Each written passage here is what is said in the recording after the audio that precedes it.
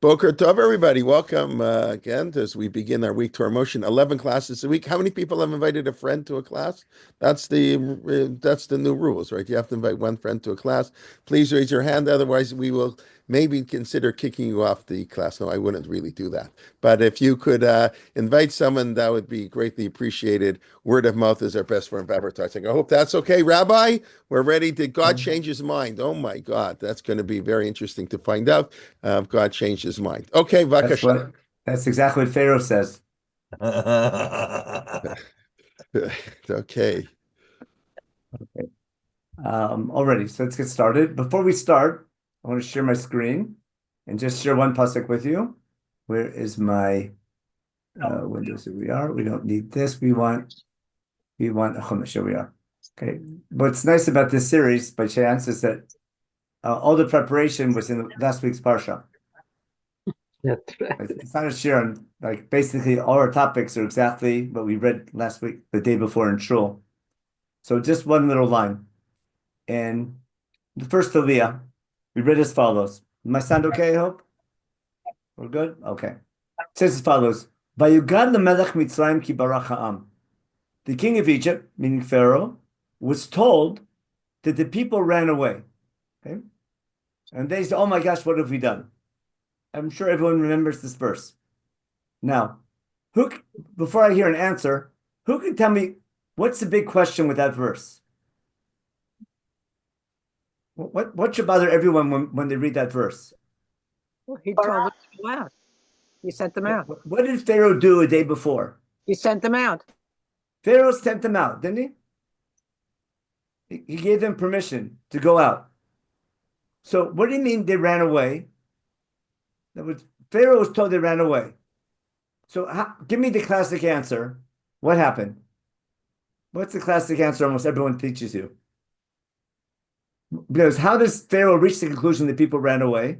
Because what happened? They didn't come back. They were exactly. to come back after 3 days after the work.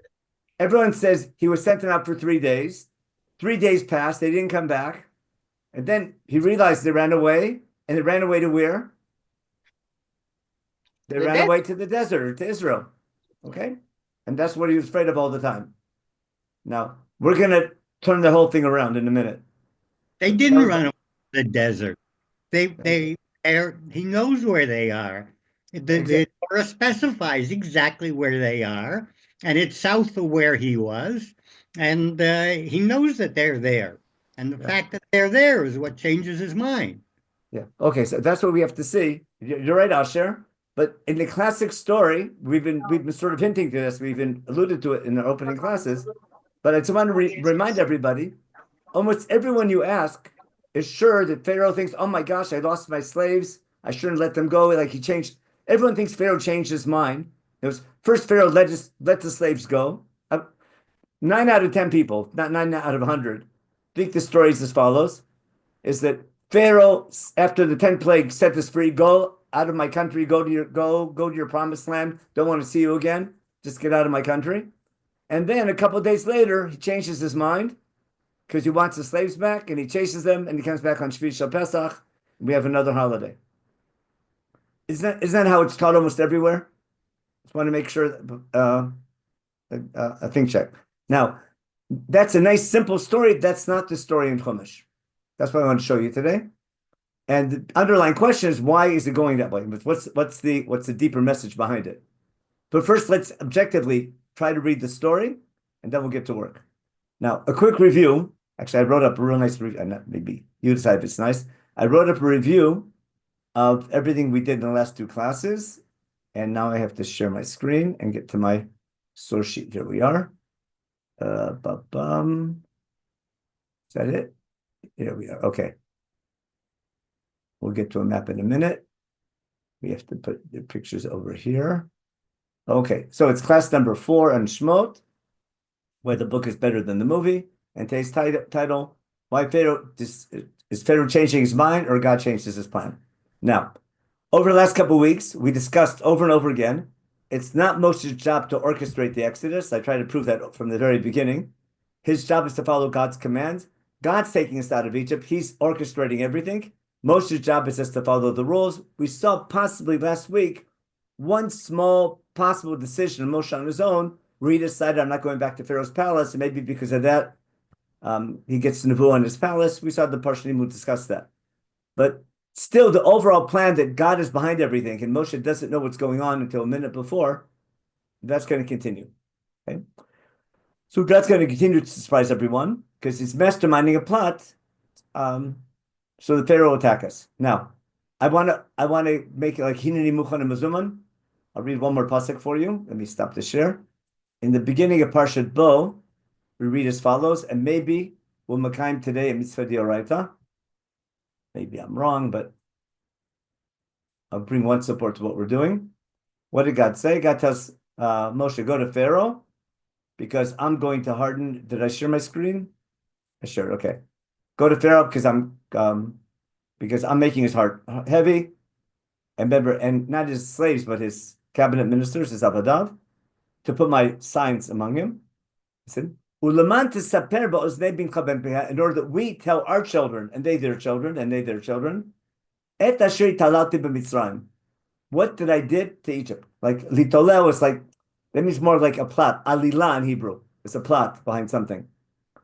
Basamlo alilot dvarim lemor. Remember with the marriage is, was he a virgin or not in the story of Motzi Shemra in Chumash. We have to tell our children how God plotted against the Egyptians to trick them, etc., to put signs upon them, to know that I'm God. In other words, there seems to be a value in studying the story carefully and trying to understand what's God's plot and what's his mastermind behind the event. If I'm not sure if we exactly understand why God did everything this way, but I think there's at least a value, according to this pasuk, to try to study the story to see how God is behind all the events, and how he sort of is masterminding to fulfill his goal of getting the Jews out of Egypt, and we'll see later on, Egypt out of the Jews. Remember, one last point that we made many times is that what God needs to do is, number one, get the entire people out of Egypt overnight, everyone accounted for, with great wealth, and have someone kick us out. In other words, to get us all out, someone has to kick us out. We have to convince the Egyptians to kick us out and lend us whatever we want, and that's going to give us the great wealth to start our nation. And he has to punish the Egyptians not for not being Zionist. He has to punish the Egyptians for mistreating a migrant people and enslaving and the avodat parach, all the harsh labor they put upon us, and all the torturing they did. Now, and throwing our children into the water and all those things. Now, let's now go back and do the story. I'll go back to my regular source sheet and we'll get to work. Okay. So this week we're going to see how these events are going to leave a lasting impression, not only on Egypt, but also on Am Yisrael, on the Jewish nation, and how the topic, remember Kriyat Yam Suf, is going to lead, we say it every day in our davening, so at least to understand what's so special about Kriyat Yam Suf and why that's so central when we daven. Okay, we're also going to begin our study today. We're going to go from God taking the Jews out of Egypt to the bigger topic of Egypt being taken out of the Jews, which will be a topic for the rest of Chumash. And we begin our journey from Egypt to Har Sinai on the way to go to Israel. Okay, now, what we talked about is we had to prepare both Am Yisrael and Egypt for the Exodus. First, God wants to get Am Yisrael ready. Remember, that was the Psukim in the beginning of Parsha Va'era. First, they double the workload. Moshe's aghast, doesn't know what's going on. And God tells Moshe Rabbeinu, now you wait and see. But by the time I'm done with him, you don't understand. But when I'm done with him, Pharaoh's Yad Chazakah, thanks to my Yad Chazakah, will not only send you out, but he'll kick you out to go serve your God. Now, the people need reassurance as well. And God tells Bnei Yisrael, Ani Hashem, we'll go back to this later on, hopefully by the end of this year today. The famous Lashon Tavgula, which we talked about last week. And the main thing is, the people are not ready with a good excuse because it's not on their radar. Their labor and their suffering is so hard, they don't even have the patience to listen to messages of redemption. All they want is a lighter workload. In the meantime, their workload got doubled.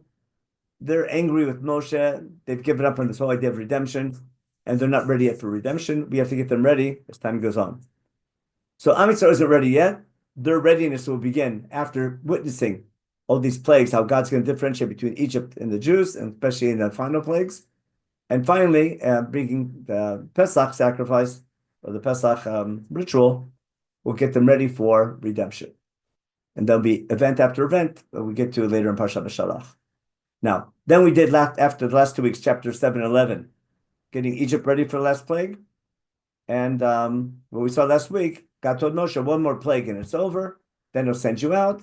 So this is the last minute, the last time God talks to Moshe before Makat Bechorot. He tells Moshe the next plague is the last plague. That was our discussion last week.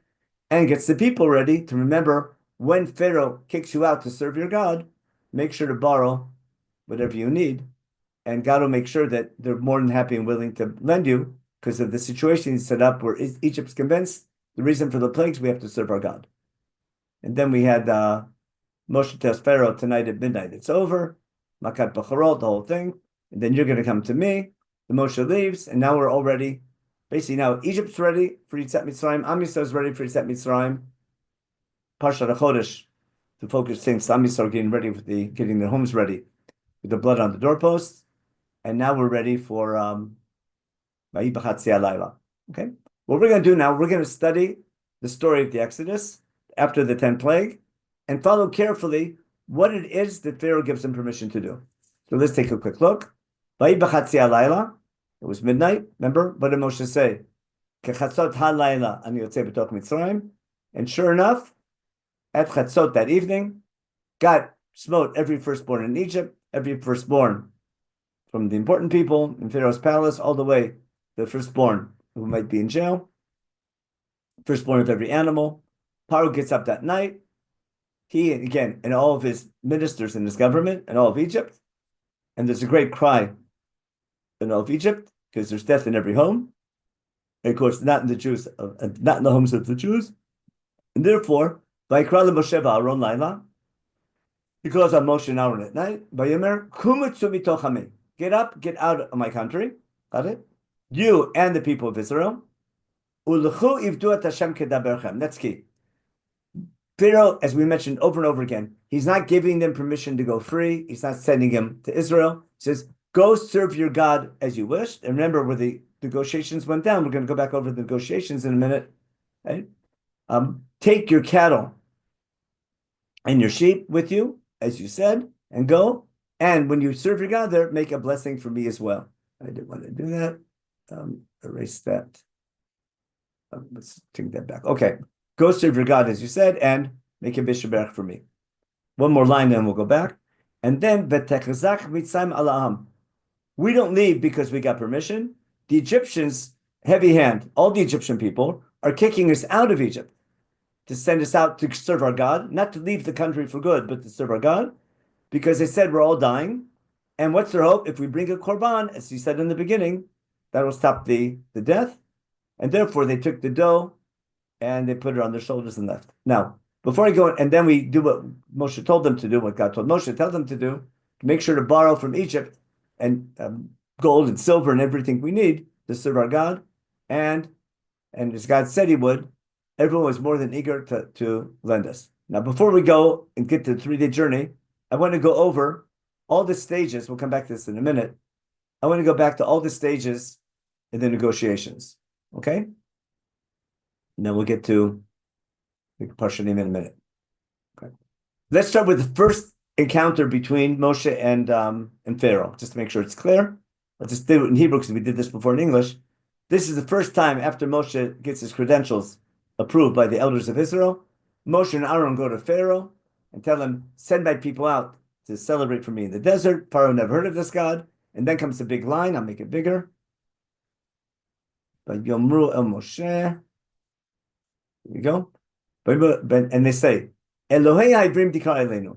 The God of the Hebrews, this wandering nation, migrant nation, has called upon us. Ne'achana derech shosh yamim bamidbar. We need to go not for 3 days, but a 3-day distance into the desert to bring sacrifices to our God. Why? Pen yifga'enu b'dever o b'cherev. If we don't serve our God, there'll be some terrible plague and death through sword. In other words, Moshe warns them, in order to prevent these terrible plagues from happening, we need to go serve our God. and it's up to you. We're demanding that you send us out. Again, not permission to leave, we'll see in a minute, but we want an official Egyptian decree sending the Jews out to go serve their God. Now, and therefore, before every plague, I have the sources here. If I look almost before every plague, except for 3, 6, and 9, it's always shlach dami v'yavduni, not send my people out free, but rather send my people out to serve me in the desert, a 3-day distance. Now, after 4 plagues, Paro calls Moshe and tells him, "L'chu zivchu lechem ba'aretz, go serve your God in the land. You want to bring sacrifices, do it here, but not outside." And Moshe gives this excuse. It's not correct to do that, lo nachon lasot kein, because it's a abomination in the eyes of Egypt. If we would take a lamb and burn it in their face, okay, get stoned by the Egyptians, it's against their culture. Instead, we need to go derech shlosh yamim. We have to go a 3-day distance into the desert, and there we can sacrifice to our God as He instructs us. Basically, that's what we need to do. We can't compromise on that at all. Pharaoh says, what do you call it? Remember, Pharaoh says, do it not in the land of Israel, but in the land of Egypt. We go. Moshe says we have to go to the desert, and Pharaoh changes his mind. In Parsha Bo, we saw before, after 8 plagues, Pharaoh's own advisors tell him, okay, Ad matayeh zelenu l'makesh, how long this nation will be something about shalach tanashim, send them out, let them serve their God. Egypt's going to be destroyed. I just want to show you the atmosphere in Egypt is, little by little, all of Egypt and members in the government are all convinced that the only way to stop the plagues is for the Jews to go serve their God. They bring Moshe and Aaron back and say, and Pharaoh tells them, go serve your God who's going. Remember, Moshe says, we have to go everybody, not just the men, women and children, everything we own. Pharaoh says only the men, and negotiations break down. And then finally, after Hoshech, we saw, Pharaoh gives in, go serve your God, just leave your cattle behind. And Moshe gives this crazy excuse, we need to bring all of our cattle, because Egyptian cattle might not be good enough. We don't know what God's going to ask for until we get there. And then Pharaoh gets really angry. That was our topic last week. And they get to a big argument. And Pharaoh says, don't come back here again. Moshe says, I'm not. Okay. And now we get up to our story of B'chatzei Halayla. Now, one question before we go any farther. Back in the very beginning, let me just turn this off for a second. In the very beginning, God told Moshe to go to Pharaoh with this 3-day in the distance story. But he told Moshe, tell the elders of Israel, I'm going to take you to the promised land. Now, what's the big question that comes up? The big question we talked about, we did the Rashbam. Why lie when you don't need to lie? Because if we're going to Israel and we're going to bring plagues anyhow, and God's got a heart in his heart, why can't you just tell the truth? Why can't you just say we want to go serve a God in the desert? I mean, why do we have to say that? Why can't we say we want to go free to go to Israel? Why do we have to make up this story about serving God in the desert, even though it might be a half truth? But why lie when you don't need to? And if the ideas, if we followed Rashbam, and remember Rashbam said Pharaoh would never give in to freedom, but he might give in to religious freedom to go serve their God, and therefore that's a more reasonable request. The question on the Rashbam is, so why is God hardening his heart? God wants Pharaoh to say no. So why is, according to Rashbam, why is Moshe asking something that's more logical if we want him to say no anyhow? And after 10 plagues, he'll give yes to anything. So the way we explained, I'll just review. My basic assumption is no one would believe the truth. Meaning, if you would tell Egypt, we're going to Israel, no one would believe you. Right? What would they think instead? Pharaoh has only one fear from day one. We'll prove it over and over again. Pharaoh is worried about the Jews going out, joining with an outside enemy, and then coming back to take over. That's what every Pharaoh is worried about. Or another possibility is simply staying in Egypt, maybe moving to southern Egypt and declaring independence. In other words, as their numbers get bigger. Now, what's stopping them from declaring independence? They'd be crushed by the Egyptian army. But if the Jews could arm themselves and had their own economic backing, and they had their cattle and their sheep and gold and silver, if they had enough resources to start a nation and they could form an army, they might be able to declare independence within Egypt. And then ultimately, the pharaohs, they might even take over Egypt. But Pharaoh's only worried about a takeover He's never worried about the Jews picking up and leaving because there's nowhere for them to go. No? I want to show you an amazing Ibn Ezra who's bothered by this question. Because what's bothering him? How could it be that this is one big trick? In other words, we're telling Pharaoh we need to go 3-day distance to serve our God, but we're really leaving for good. But we know the truth, but Pharaoh doesn't know the truth. You follow the question? And what's going to bother Ibn Ezra is, how can we expect no one to lie? I'm saying no one to lie. How can we expect no one to tattle? How can Egyptian intelligence not figure out what's going on? How can it be that hundreds of thousands of Jews know the plan is to go to the land of Israel? That's what we're told by their God. Right? And the entire Egyptian infrastructure, their entire government, everyone there, no one's going to find out. You're not going to hear from anybody. It's almost impossible. So listen how Ibn Ezra asked that question and look at the answer he gives. The answer is almost more amazing than the question. We're going to go to the Ibn Ezra. I have it over here. Okay. Here's the Ibn Ezra. I made it nice and big. This is in chapter 11, where he tells the people to borrow. Okay. In other words, how can Egypt not find out that we don't plan on coming back? And how could it be no one will leak the secret? Okay. This is his Pirush, Ibn Ezra. B'da. Move back a little bit. There we go. Okay. B'da. And no. Let me put a little highlighter here so we see where we're going, and that didn't work good. Share. And we want a annotate. Okay. And highlight. Okay. B'da.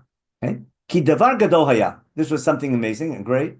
V'tzadikim gemurim hayu Yisrael. The Jewish people were tzadikim gemurim. They were tremendous righteous people. Why? Shelo gilu hasod. Hear what Ibn Ezra says? No one squealed. Right? No one told the secret. What's the secret? V'hu sheparo chashav al divrei Moshe derech shosh tamim. Pharaoh all the time thought we only want to go for a 3-day distance into the desert. Shiachu v'yashuv el Mitzrayim. They would go and then come back to Egypt. In other words, all the Egyptians were under the impression that we're coming back. And the Jews knew the truth. What happened? We know we're going for good, but no one squealed. No one told their Egyptian friends. The Egyptians didn't find out. Every Jew knew we're going to the promised land, and hundreds of thousands of them knew this, and no one told anyone in Egypt. Okay? Now, so number one, how does he answer it? We were all tzaddikim. If that's true, that's a bigger miracle than Kriyat Yam Suf. That no one would tell. Number two, and how make a plan with assuming that no one's going to tell. Number two, why again are we lying? Yes, it says v'chalila shanevi diber chazav, and chalila that the Navi would ask for something that's not true. Kilo amar lolam nashub. He never said that we're going to come back. In other words, everyone's assuming we're coming back. He says, but he never said we're going to come back. So what we call nowadays a white lie. In other words, he really never said we're not coming back, even though everyone's assuming that Pharaoh thinks we are coming back. Okay, so how can we do something which is so tricky? How's Ibn Ezra explained it? God's wisdom is above our understanding. He says it several times in his commentary. Something's hard to understand. God must know what's going on. He's doing the right thing. But sometimes we can't understand God's ways, and we have to trust that God did the moral and just thing. Okay. Now the question is, if that's true, why is God doing it in this manner? And now he goes in the direction we're going. What's he says? Why is God doing this master plan of lying to the Egyptians that were thinking that they were coming back, even though we're leaving for good? Why? Because if they think we're coming back, we're going to serve God and come back, they don't mind lending us gold and silver. So part of the Rechush Gadol, this part of the Rechush Gadol plan for the great wealth, God promised Abraham that when we leave Egypt, we'd get our great wealth. What's the trick to get the great wealth?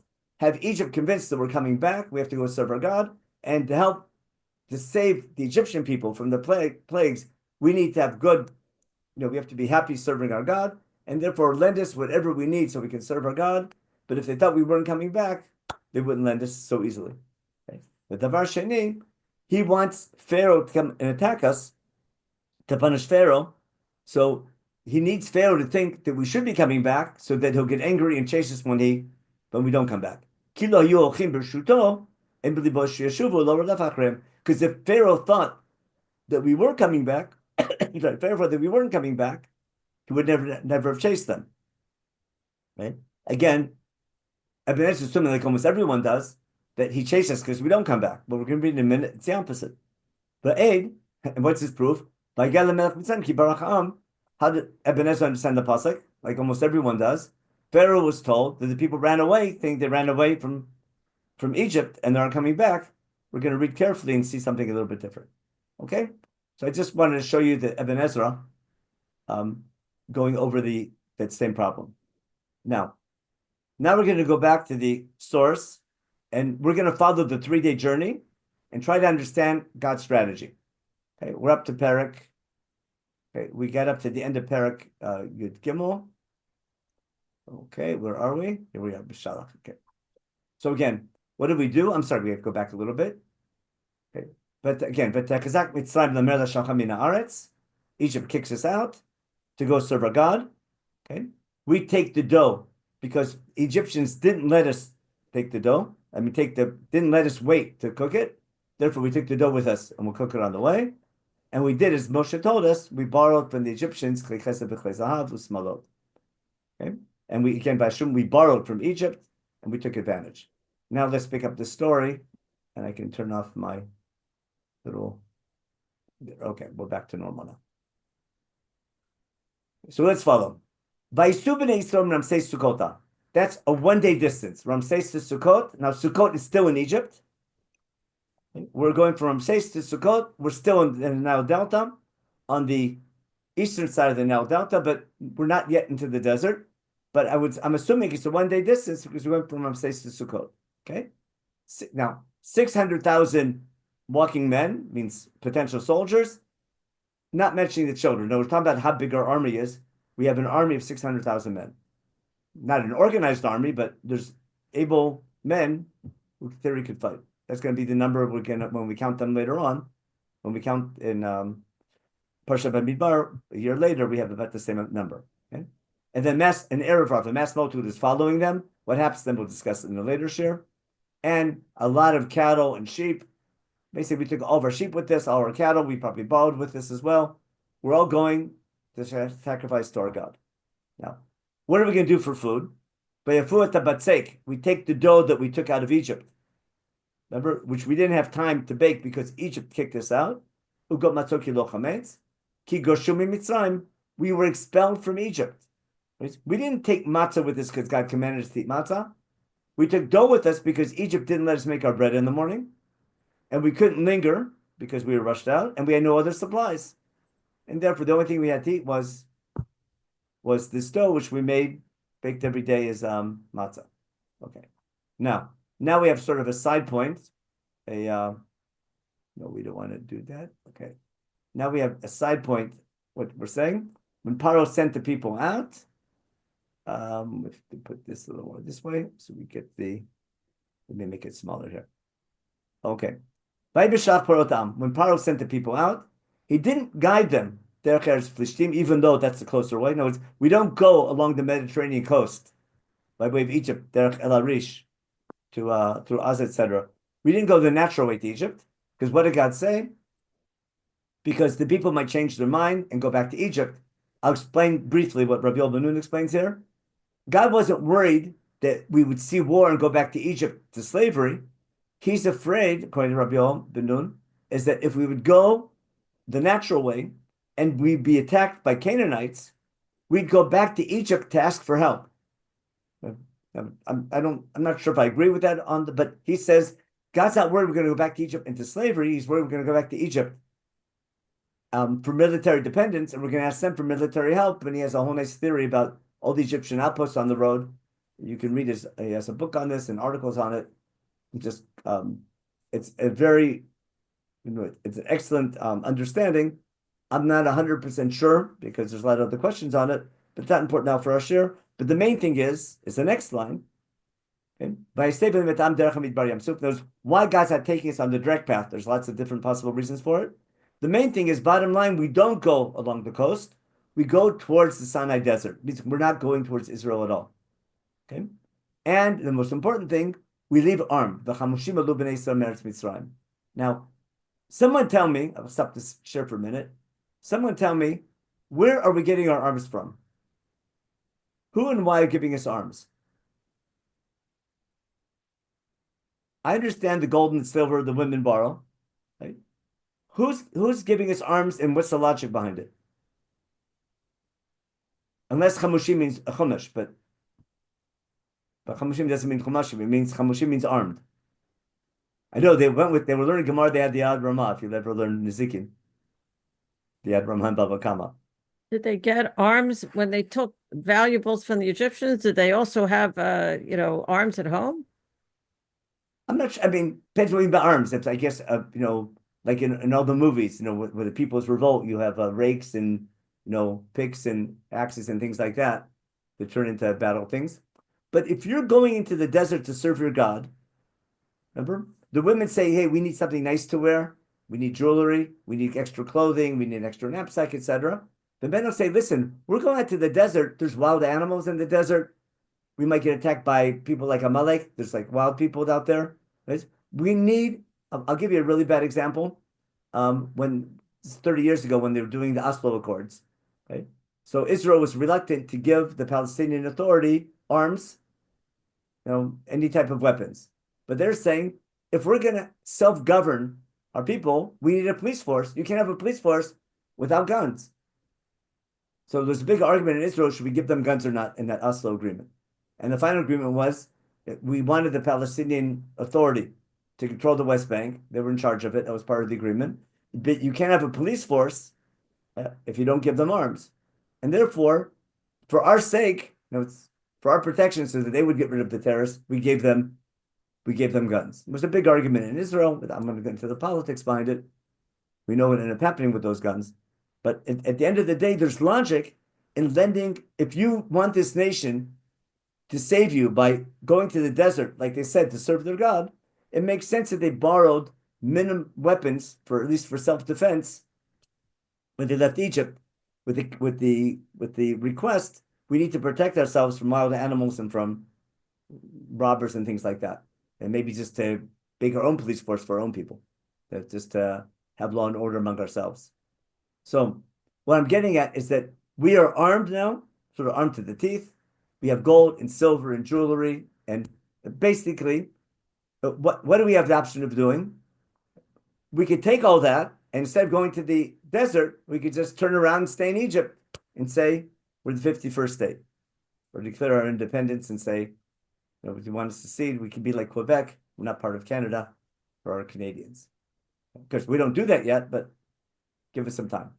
I'm just trying to explain why that line, but every single line here is explaining again. Have we gone derech eretz plishtim? They thought we're going to Israel, whatever it is. Someone mentioned someone mentioned what Rabbi says in the shirt, that there's Egyptian fortresses along the way that we could get help from on the way. Okay. Okay. They took clothing. And basically, everyone was so. I'll give you really another bad example. During when people go to war in Israel, especially like quick wars, like 6-Day War, and now October 8th, when we go to war against for our survival, and people are going. So people lend anything to soldiers. You're going to fight for us? Take whatever you need. Take this, take that. People from America sent, drones. They sent, clothing. They send army equipment. They said, they bring food for cook. Everyone just wants to help, and anything you ask for, they'll ask for. Almost every soldier I know says, "Who can we let letters to in America? Who's going to send us? We need gloves. We need, we need winter things for the cold." And everyone's more than happy to donate. Saying when a group is going out to save you, and because the Egyptians are so convinced that the only way to stop these plagues that are really getting dangerous is for the Jews to serve their God, it makes sense that they're in this atmosphere, lend these Jews whatever they ask for. And that's a great setup. Now, had we not had these negotiations, had we not requested 10 times over and over again, we need to go serve our God, otherwise there'll be a plague. And then Pharaoh doesn't let us go serve our God, and another plague comes, and happens over and over and over again. That builds up the tension so that after the 10th plague, everyone's convinced. I gave the example of recycling before, but I'm trying to understand why the need for God to harden Pharaoh's heart over and over again. It's all building up to this Rechush Gadol going out, and we'll see even more than that because we borrowed so much. When we don't go to the desert, we'll see that's going to make the Egyptians even more angry and ready to fight. We'll see in a minute. Because the second you think you've been duped and you've been tricked, you get really angry. So let's go now. Let's read the story, the next step. Now we're going to get to the tricky part. Where are we? We are back to our source sheet. Here we go. Okay. So we're Chamushim, okay? Moshe takes out Mot Yosef Imo. Now, if you want to study things in depth, we don't have time for it now. The last lines of Sefer Bereshit is again with B'Shem. This is all B'Shem Elokim. I don't want to go into Elokim Yud Kei Vav Kei. That's the only way to really teach this properly, but I'm not going to go there today. But remember, Elokim is when saying Pokodiv Kod Elohim Etchem. That's what God told Yaakov in Beersheba on his way down. That's what Yaakov tells Yosef, Pokodiv Kod Elohim Etchem. Before Yaakov dies, that's what Yosef tells his brother before he dies. And the last lines of Bereshit is Yosef telling his brothers, when God brings you back from Egypt, take my bones with you and bury them in Israel, and Moshe fulfills that. Okay, and then we do that now. Now our big topic. Vaisumi Sukkot, Vaychnu Beitam B'Ksei Midbar. That's day 2. Hope you're fine. Ram stays to Sukkot, day 1 distance. Sukkot Teitam, they do, and now we're at the edge of the desert, meaning we're on the border between Egypt and the desert. It means we're pretty much where the Suez Canal is today. It wasn't there back then, but we're a little above what's called the Bitter Lakes. On the way, again, not along the Mediterranean coast, but going straight into the desert. You know what? Let me share a map real fast. Actually, I'll throw the map in a minute. Okay, God travels with them with the Amud Anan to light them in dark at night. No, basically, God's traveling with them with this cloud, and this Amud Anan, Amud Esh, leads with the people, guides them through the desert, and everything's great. Now, what's everyone expecting to happen on day 3? On day 3, or day distance 3, we should go now into the desert. And instead, at the last minute, and this is a total surprise, by Dabar Hashem Moshe Lemor, the Ber B'nai Israel, God tells Moshe out of nowhere, no one's expecting this. Tell B'nai Israel v'yashuvu. I'm making this big and green to make sure to highlight it. Go back. Don't go to the desert. Go back towards Egypt. Lashuv is to go backwards. But don't go back to Ramses. Rather, go south on the Egyptian side of the Red Sea. Set up camp. Again, I'm trying to explain. Let me show you on the map why it has to be south. I'll stop this share. Actually, it's on the same. Here's my map right here. I got a nice satellite map of the Middle East. We've seen it before. Again, this is the Euphrates and the Tigris, and this is the Nile over here. And now I'm going to use my little marker. Wait, make this bigger and make it a lot bigger. Okay, and it's not going to work. There we go. Okay, this is good enough. Make it one more bigger. Okay, make this go there. Okay, this is thanks to NASA.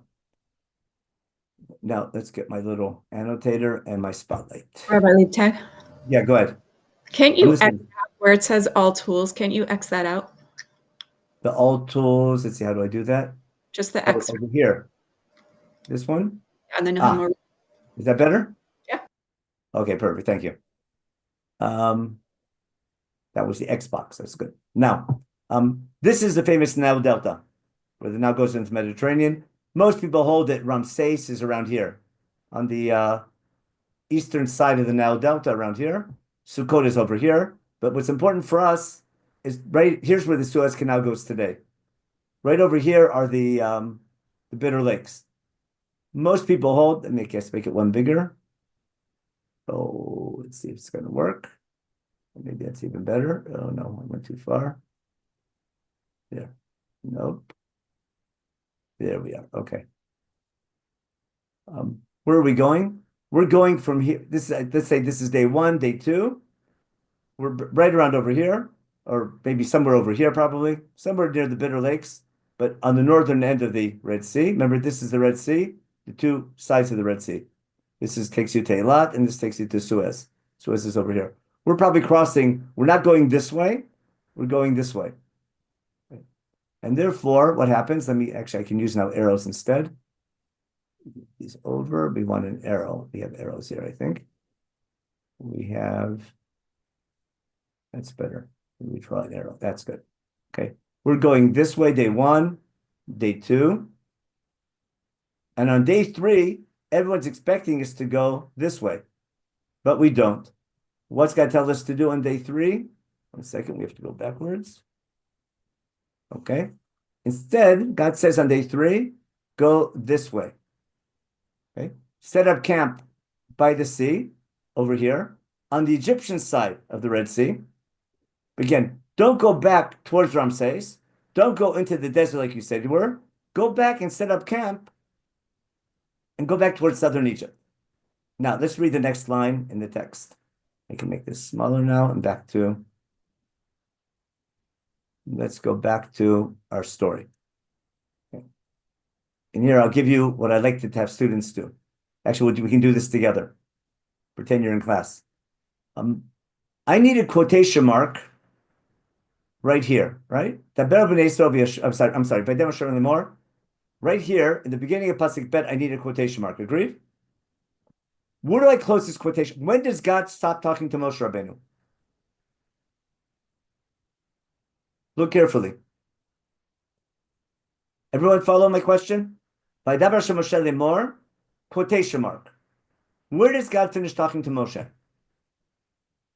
At the end. Right over here before Vayasuchem.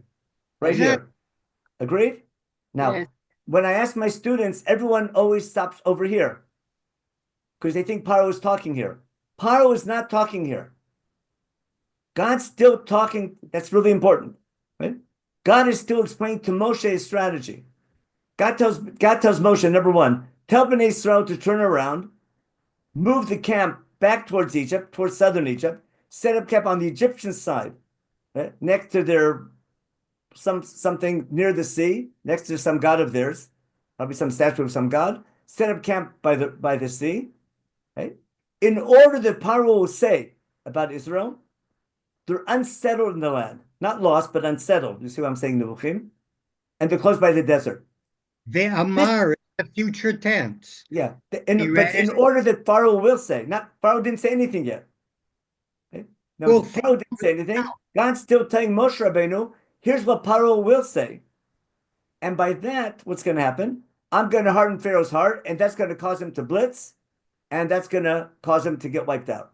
In other words, I want to entice, I'm going to call a double reverse, so the Pharaoh's going to call a blitz, and then I'm going to go for a touchdown if I use a football analogy, because it's Super Bowl Sunday. Now, I'll explain what I mean. Okay. My claim is as follows.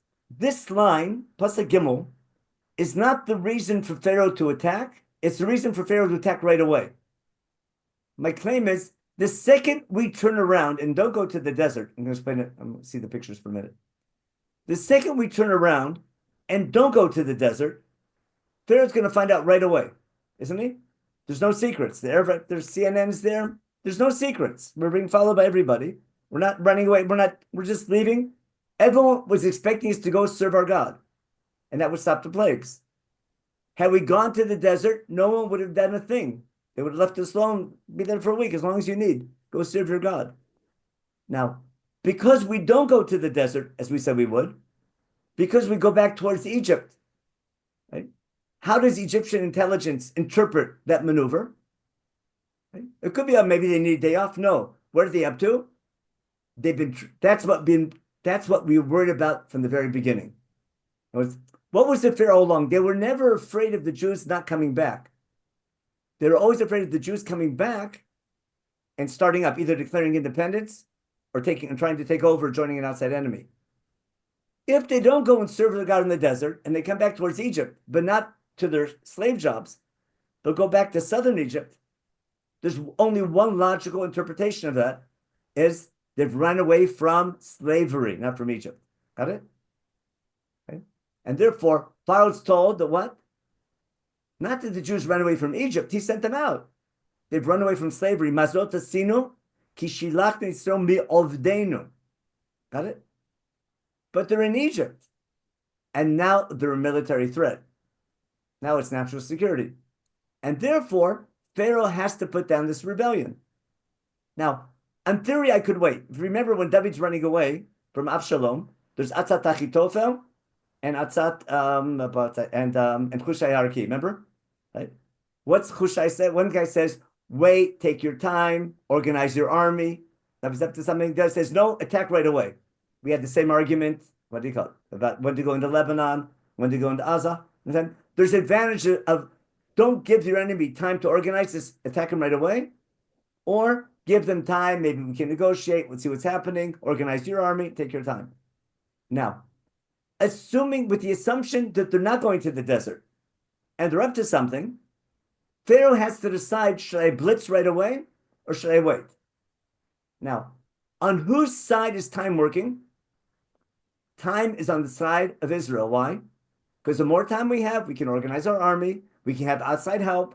Maybe we have some Hittites coming. Who knows coming? Maybe we've got some deal going on. And we can, right? In the meantime, we're not organized yet. That's Nebuchadnezzar. We're unsettled in the desert. We're closed in by what? Our backs are to the sea. If I'm going to attack, I got them cornered. You follow? And therefore, those are military considerations why to attack immediately as opposed to why to attack at all. You follow? I'm not saying that maneuver itself is not causing Pharaoh to attack. Pharaoh's going to attack anyhow. Once we don't go to the desert and don't go back to slavery, Pharaoh's going to attack. The question is, should I blitz, right, or wait? Assuming we're going to go, he's assuming we're not going to set up camp for good by the time. We're going to go farther in southern Egypt and declare independence and organize. And therefore, time is working against Pharaoh. And therefore, that shikul,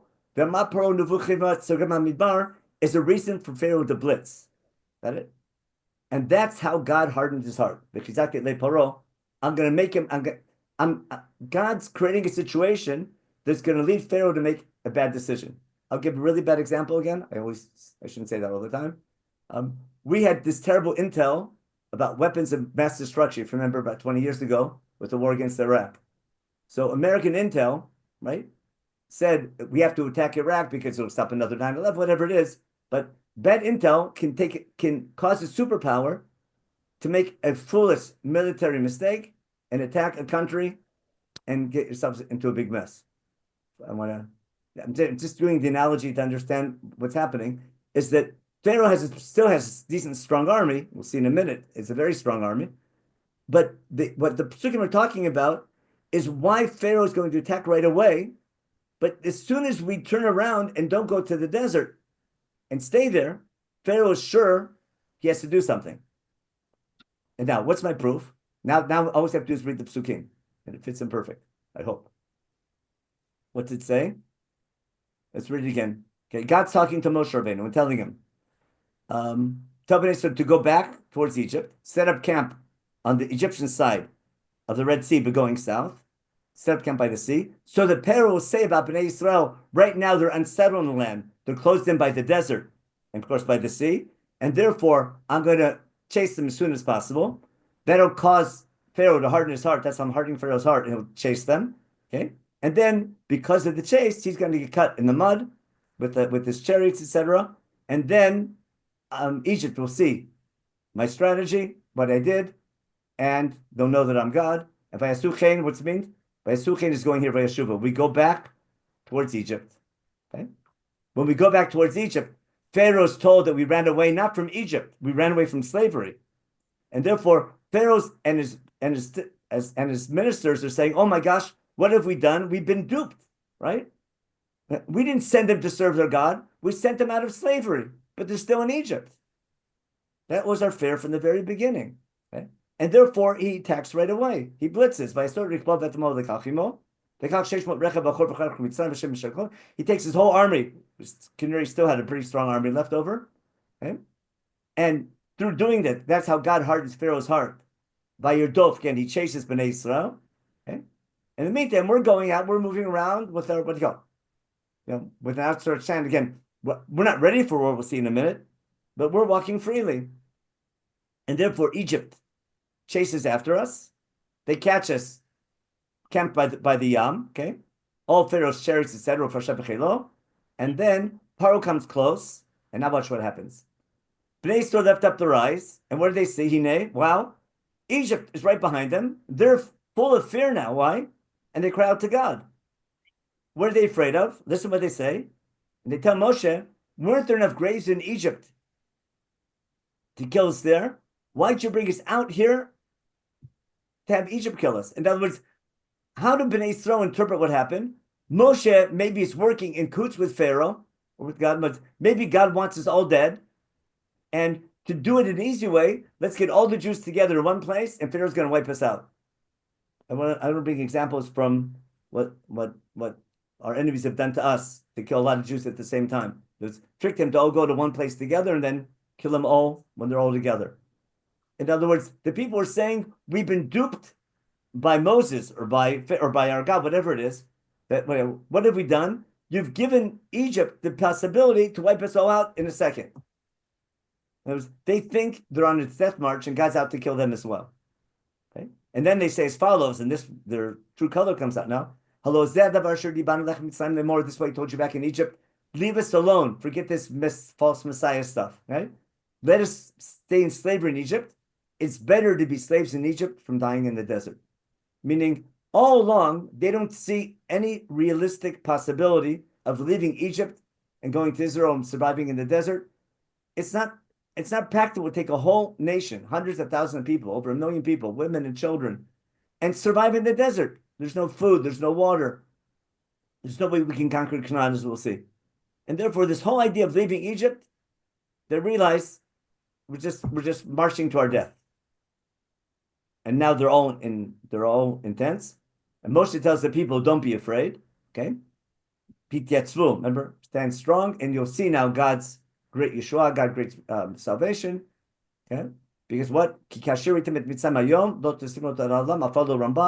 The way you see Egypt today, as someone who's about to kill you, your natural fear of Egypt, don't look at Egypt that way again. I'll follow the way Ramban explains, is that the same thing he says why the king can't have too many horses. If we have too many horses, we have to go to Egypt for horses, and our military will be dependent on Egyptian aid. And God doesn't want us looking to the Egyptians for our military aid. We don't want to be dependent on a foreign power. We want to be dependent on God. So, but basically here we have a situation where Am Yisrael is in terrible fear, and God is setting it up now for Am Yisrael to get prepared for Har Sinai. Hashem yilachem lachem v'atem tachrishun. God will fight for you. You just be quiet, and you'll see. God needs a wow moment, not just to wow the Egyptians and punish them. He needs to wow the Jewish people to see how God tricked Egypt to go into the sea. And then God tells Moshe, right, don't cry out to me. Tell Bnei Yisrael to travel, and the rest of the story you know. Lift up your thing, go into how they split the sea. You know, there's natural explanations, supernatural explanations, but bottom line, we go into the sea. How God dries out the sea, that's God's problem. Pharaoh follows us; they get wiped out, and what will happen? V'dumitzam keni Hashem, and because with all the mud, all the chariots get stuck. The water comes and wipes them out. Israel sees what happened by Yar Shem, and the rest we sing about every day. So if I want to summarize the master plan, and we did the Eben Ezra, we went through all the different stages of the negotiations. And day 1, Ramses Sukkot. Day 2, Sukkot Teitam. Day 3, we go back to Egypt. And now Pharaoh takes the bait. Remember, he chases them. And what do we gain? Here we go. Egypt loses the war, thanks to God's intervention. Now that they attacked us and declared war, everything we borrowed becomes nationalized. Which once you declare war on another nation, the things you borrow, you can nationalize and keep. Therefore, the spoils now become legal. What we borrowed, and then we can keep the great rechush. We're vowed by God. God promised to be many times been fulfilled. We punished our oppressor. Nobody lied. Right? What do? We go to Egypt. We go out of Egypt to serve our God. And we're going to go a 3-day distance in Har Sinai and serve our God. And Egypt gets paid back for, they said, they tricked us to enslave us. We tricked them back. Okay? And we travel and we do serve our God in the desert. We didn't lie. And then what were the Egyptians afraid of? If we go back to the very beginning, I should have brought this in the beginning. How did they do their for chokhmah? What was their claim? We're going to become so many. Our population in Egypt is growing so immensely that when there'll be a war will break out, they'll join the Jews will join our enemies, and they'll fight us. They'll come from the inside, sort of the fifth column. They'll come from the outside. We'll be in a pinch. And therefore, from the very beginning, Egypts were afraid of a military takeover by the Jews, maybe joining somebody else. That was the fear from day one. And they finally let us leave Egypt because we convinced them we have to serve our God. But then once we don't go to serve our God, they're convinced that we're out to attack, and that leads them to attack. And God basically entices Pharaoh to attack us. We win the war, and we get to keep all the Rechush Gadol. We're in the desert, we're allowed by God, and now God has another 6 weeks to finish up, to get us ready for Har Sinai. You'll see their attitude problem. Little by little, we have to fix their attitude. That'll be our topic next week. How we get the Jews. Now we got the Jews out of Egypt. We have to get Egypt out of the Jews and want them to be dependent on God. Alrighty. Okay, see there's questions in the chat. I'll check that real fast. Okay, let's take a look. Okay, we did the direct path. Okay, the police in the UK are unarmed. That's a good question. I'm not sure if you're England. I know they're not armed, but Canadians are more civilized. Okay, Jay wrote me that Quebec's not breaking up from it's not like Northern California. Okay. But what about Baal Tzafon? Baal Tzafon, I'm assuming God wants. I'm assuming there's an Egyptian god there, or some Egyptian fortress there, or something. And Egypt's hope is that their God, that there's midrashim like that their God's going to save them at the last minute. He's going to come and save them. And this, by the victory happening there, it's going to show the I'm going to punish all their gods, including Baal Tzafon. But it's again something we have to see their gods being defeated. Okay. I think I asked that question because I think that Paro, that was what was mechazek at Lev Paro, that Paro thought when they were in Egypt, oh, we now have learned that their God, Yud-Ke Vav-Ke, is more powerful than all of our gods. But Baal Tzafon is a god that was on the edge of Egypt. It wasn't involved in the plagues. And what is Baal Tzafon? Since it's Darom, it's not Tzafon. What's the Tzafon? It was the god that protected the Egyptians for thousands of years from invasion from the north, that is, from Mesopotamia. Yeah. Okay, very good. Now put it there. If everything there are reasons why Pharaoh is going to go and attack, it makes perfect sense. And most likely that's why God sends us there, and it's going to be another reason to entice Pharaoh to attack. Okay? Rabbi, Homer wrote, read the question here. Ovadia wrote, I don't know if it means anything. In the past, Parsha mentions the 3-day journey from Egypt, and we don't see an organized worship. Oh, wait, the 3-day journey from Egypt is Har Sinai, that we know. We don't go. It takes us it takes us 6 weeks to get there, because we go in a roundabout way, and we do serve our God in Egypt, and we do serve our God at Har Sinai. We serve our God at Har Sinai. What do we serve our God at Har Sinai? Now, what does it mean to serve God? Ask the Rambam, means to daven. Lavod. But there's avodah, there's korbanot at Har Sinai. And we become we become servants of God at Har Sinai. We don't serve God at Har Sinai. We take upon ourselves a commitment to be God's servants forever at Har Sinai. So the avodah at Har Sinai is a big deal. No, the word avodah we'll deal with probably starting next week. Why it means tefillah, why it means service, but we don't lie. And by the way, that generation never goes to Israel, so we totally didn't lie. Okay, now someone had a oral borrowing implies returning, exactly, Molly. Rabbi, you skipped my question from before. Where did they stop to make the by your food? How about sake? Where did they have time to stop, and where take it? It's a 3-day journey. They have to they have to sleep at night. They have to stop to eat.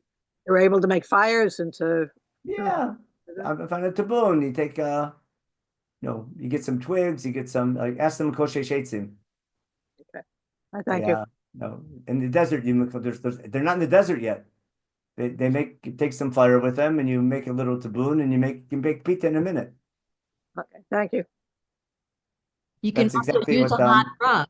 what? You can also use a very hot rock if you Yeah. have to just make a pizza on a rock. Yeah. And scrambled eggs. I mean, poached eggs. The sun works too. Yeah. Maybe they had magnifying glasses that could start the fire. Rabbi, unless I missed it, you didn't stress that they ate matzah in Sukkot, you know. Oh yeah, we always do that every year in Sukkot. We always have matzah. So. Well, no, it's not. It's not coincidental. They ate matzah in Sukkot, but anyways, okay. Just I thank a couple of you who sent in notes on the website. Thank you for them. I think whatever. Take a look. I'm going to show you. Just I put in Rabbi Leibtag class. I think that the dates are listed and the audio and video is right there. If you take a look at the program page, that's where everything is set up. It's got the dates of the program, the time, the upcoming classes, and then the past classes on the bottom. I think it's very clear. But if it's not, I really do appreciate all the critical feedback because that's the only way we can improve it.